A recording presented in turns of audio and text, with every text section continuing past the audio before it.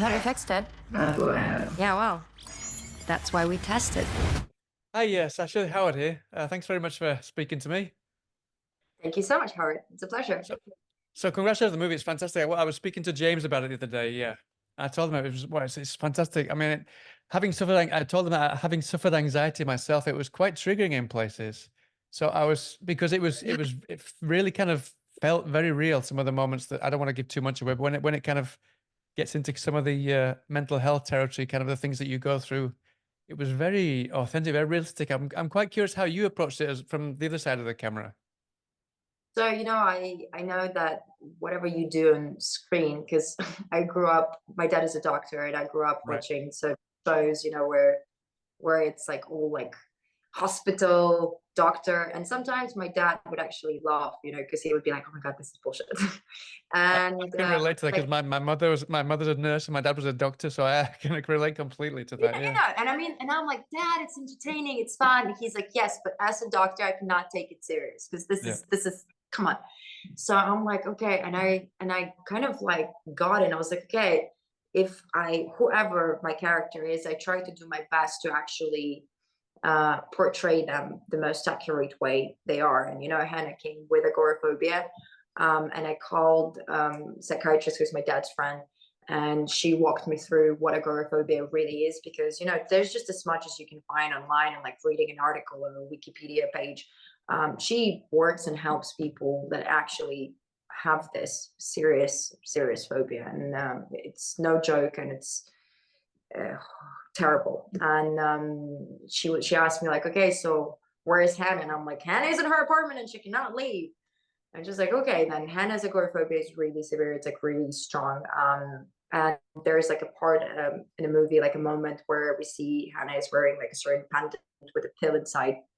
It's because whenever Hannah is triggered, or whenever she has a panic attack, and even if she doesn't go to the place where she has a panic attack, it still gives her comfort that she has her pill. Something there I just in think case. Yeah.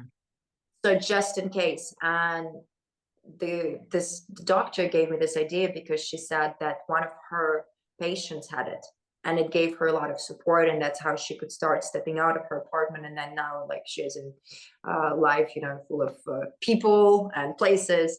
But that started with this pendant. So I spoke to James, and he was like, yeah, this is a great idea, so we can kind of see it in a movie. And it came from the doctor.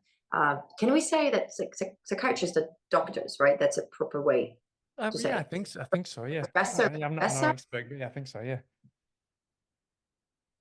But no, I mean, that's fantastic. But at the same time, I imagine that the setting that was kind of the claustrophobic setting that you were in helped you kind of get into that mindset as well, no? Because I think you Oh, went to yeah. Bangkok to film as well, no? Was it Bangkok? Yeah, we filmed in Bangkok, and it was really Right. great. And I worked with the same team crew before, and I loved them. And coming back was like coming back home. But it was so different from the first movie we did together, because now we're in the studio. We have this apartment that's Hannah's world. That's literally her entire world. And it was great to be there, because you kind of like, you really feel this place, because it's like red and has a lot of like sound buffers, I guess, like, and it's just, it gives you this like feeling of being almost trapped, because people that have agoraphobia, they're trapped in their own phobia, and they desperately want to get out, but it's extremely hard for them. And it's so is for Hannah, and her only connection to the world, like real human connection, is Jen. And every time that when Jen comes in, Hannah is panicking, because for her, even like opening the door slightly gives her like, she can't breathe, her heart stuff. It's the whole thing. So yeah, the apartment was special. And I remember there was like a moment, and Hannah drinks a lot of energy drinks, and James wanted to kind of show Hannah's decline, and the apartment became so messy, and I'm like, there's no way she's not messy, no, she can be clean. And James is like, do not mess with my idea. I was like, okay, she's messy. Became so gross. I mean, you mentioned there, of course, Jen, who played by Alexis. She's kind of like you said, she's like your lifeline to the real world. Now, she's the only person that you'll kind of open the door to, and she's like the only connection that you've really got left to kind of communicate with the world. How did you create that with Alexis? Because you come across as like you've known each other for all of your whole life, both of you. And at the same time, it was a really nice relationship that she kind of helps you to still kind of have that last grasp with the world outside. Now, how did you kind of create that chemistry? She's just absolutely wonderful, and I was extremely lucky, and I hope she can say the same. She's so professional, so dedicated, such a wonderful human being, and she's so deep and thoughtful. And we had great conversation because, you know, between like sets and takes, you just chat, and it was wonderful. And I feel like just chatting kind of and understanding what kind of person she is and admiring her as herself, you know, as Alexis, kind of helped me to make this connection between Hannah and Jen, and kind of shows Hannah's feelings toward Jen, because Hannah adores, loves Jen, and they are true, like true friends, like to the best. I mean, Jenna is probably a little better person than Hannah, but um yeah, they No, really yeah, they you really got came. a great connection now. Something that I imagine was maybe quite difficult for you to connect with, because you're quite a bit younger than myself and then James as well, was his love for kind of retro gaming stuff, not like the Game Boy and the PSP and that kind of stuff. Was that kind of stuff that you weren't really used to, or are you into gaming and that was kind of quite easy to slide into? I remember when I was a kid, I really wanted like Sega, I think. Right. Um, but my family couldn't afford it back in the days, and I was like, I remember watching my friends who had it like and playing sometimes, but I couldn't play myself. And I I had my moment for my gaming moment when I got PS4, I think, and just completely game my ass off with Assassin's Creed. Right. And I hope real gamers will forgive me for loving the game. I don't know if it's legit or not. I loved it. Oh, yeah, I think so, yeah. And but then I had to go back to real world, where I had to work, and the fun was over. Because for me, it's like once I start playing, like that's it. I'm just there. So I Yeah. don't take shower. I don't eat. Well, I probably eat like McDonald's or like KFC bucket. You know, like there. I become actually Hannah. You know, with like the messy I was thing gonna when say, like yeah, it's like the mess and like you lose track of time and all those kind of things was very, yeah. because it's amazing, you know, like being in this like, and now games are so fantastic where the just you are in this world, and such a beautiful, fun, or like scary world, but you're truly there. Because I remember playing, um I think it was, I don't know, Harry Potter 1, you know, when the first game came out, and it was so different to what you see now. Like the graphic of it was kind of pixelated, and now when I see my friends playing, it's just magical.